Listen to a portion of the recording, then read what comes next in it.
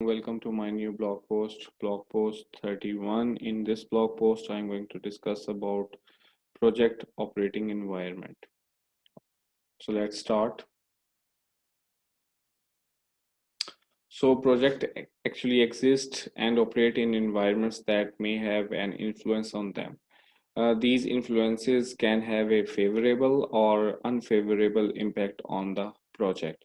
Two major categories of influences are basically enterprise environmental factors and organizational process assets. So EEF or enterprise environmental factors actually originate from the environment outside of the project and often outside of the enterprise. EEF may have an impact at the organizational portfolio, program, or project level. Since they may be originated from outside of the project, so it means they are internal to the project as well.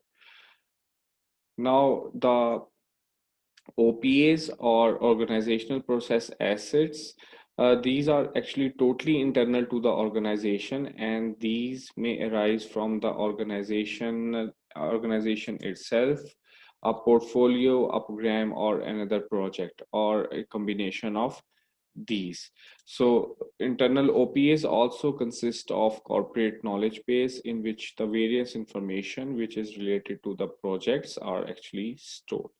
It may include your project templates, your risk registers, and etc. So I hope so. You have understood the environment in which actually projects operate.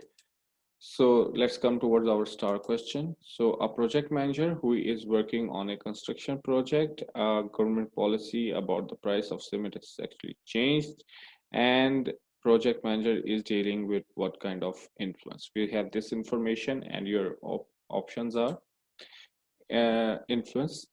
Influences are like enterprise environmental factor, organizational process assets, external enterprise environmental factor, or process and procedures.